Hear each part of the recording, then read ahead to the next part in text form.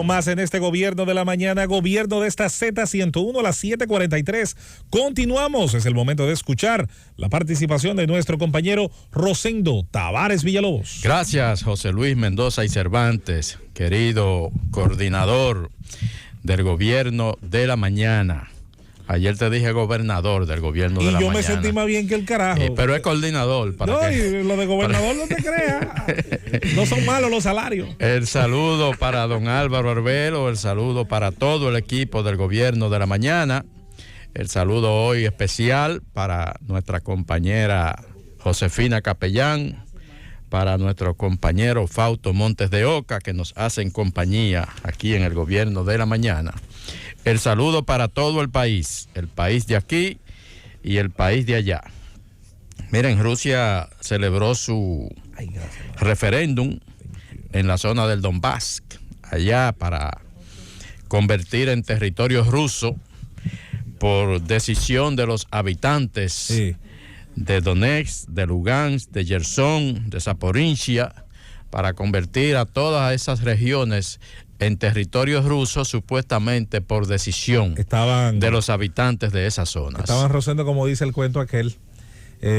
Los resultados están listos, jefe, nada más faltan las elecciones. Bueno, el resultado fue de casi un 100%. Obviamente. La gente favorable. Pero obviamente. Ahora la ONU está desconociendo el referéndum. La ONU dice que ciertamente la gente de toda esa zona fueron a votar, pero que los llevaron a punta de pistola. Pero imagínese usted. Y fueron llevados a punta de pistola. Digo, a bayoneta. Sí. Claro. Entonces, definitivamente, el Consejo de Seguridad, la Unión Europea, la Comisión Europea, están desconociendo el referéndum. Rusia, por supuesto, dice que fue legítimo. China habló anoche con respecto a eso, luego de que Rusia dio sus resultados.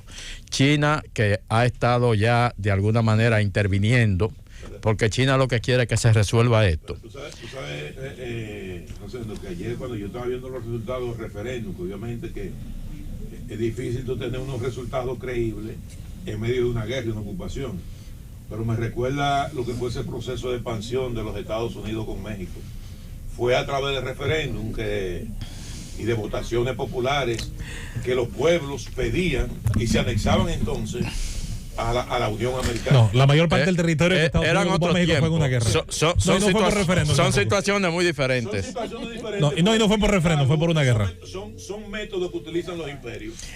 El caso. Todos los imperios utilizan distintos tipos de métodos. En el caso de la guerra de 1848. Ese es uno que Estados Unidos lo inauguró incluso.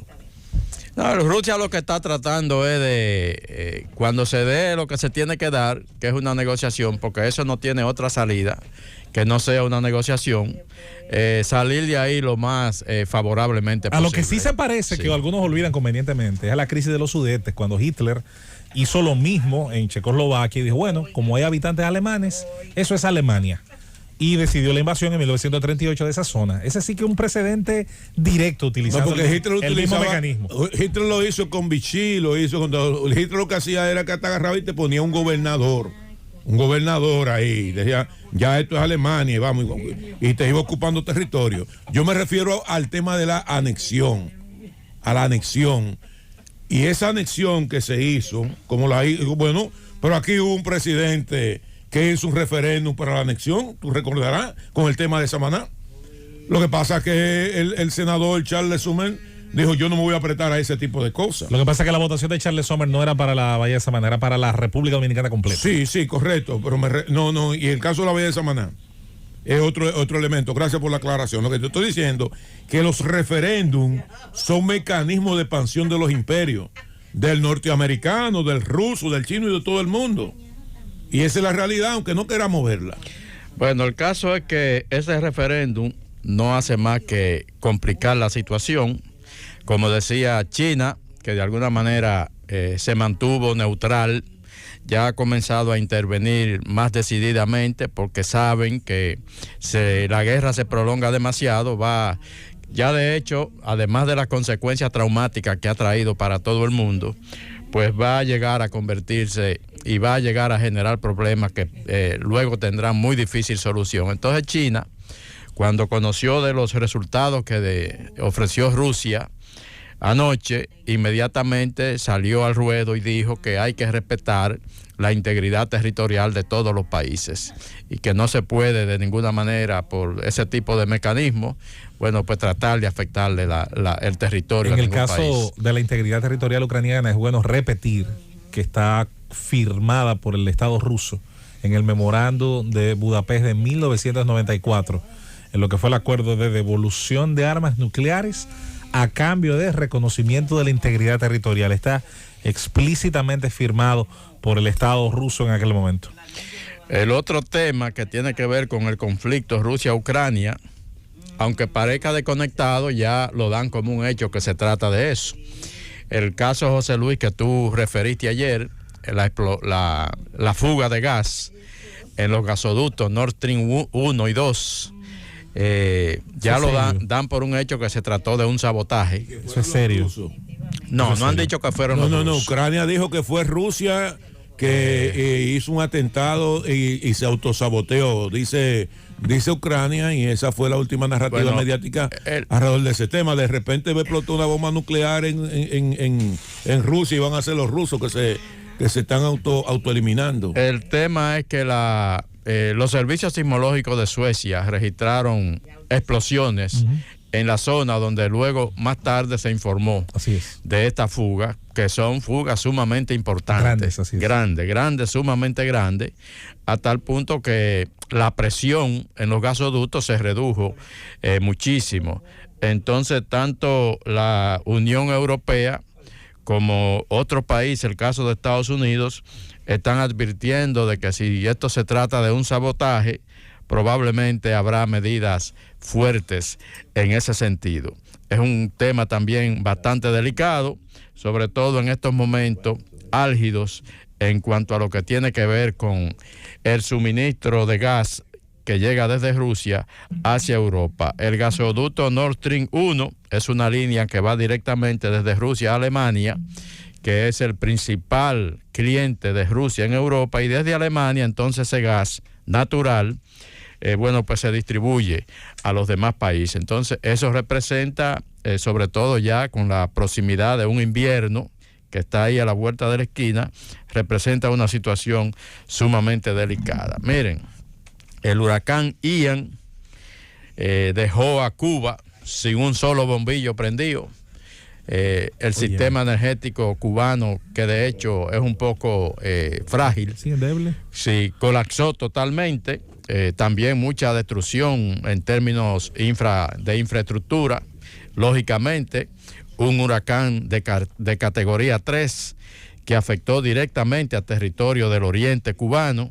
Wow. Cuba se queda ya con toda esa situación, pero ahora la Florida se prepara para recibir los embates. ¿Y subió de categoría? No, subió a 4.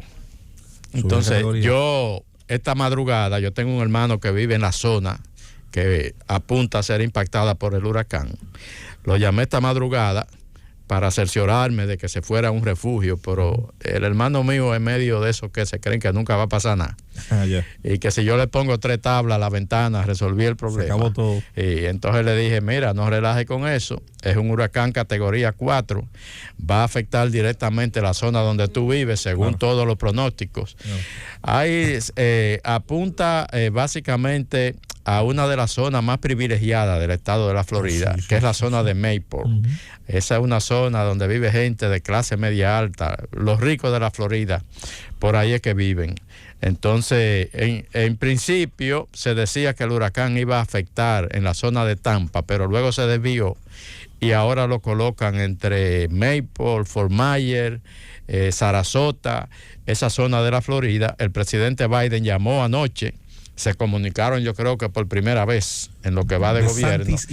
DeSantis y Biden, porque sí, pero lógicamente el presidente en casos como este siempre llama al gobernador para coordinar acciones. Anoche hablaron sobre el tema y hay un alerta de huracán categoría 4, 220 kilómetros por hora los vientos, con ráfagas de mayor intensidad. en ocasiones, y se está hablando de que sus vientos con categoría ya de tormenta podrían extenderse hasta 285 kilómetros más allá del centro del huracán. O sea que es una situación sumamente difícil. Más de 2,5 millones de floridianos están llamados a evacuar la zona o a irse a lugares seguros, porque con toda seguridad no hay manera de que el huracán ya no impacte parte de la Florida por la ubicación y la ruta, pero ya sobre todo la ubicación en la que se encuentra. Una situación. Quiere decir que Ian está bastante compacto, no tiene mucha estela en los alrededores, pero está bastante compacto, está muy centrado. Entonces, la prevención es fundamental en este momento. Claro que sí. Entonces, esa es el alerta que hay: 220 kilómetros por hora, 140 millas por hora, y es una situación sumamente peligrosa. El llamado para todo el que vive en la Florida es a observar, a seguir las instrucciones de las autoridades. Ellos tienen ya mucha experiencia en cuanto a lo que significa el impacto directo de un huracán. Para acá. Hugo, Andrew, lo que significa el impacto directo de un huracán, y la verdad es que el momento es para buscar refugio. Llévatelo, Cundo.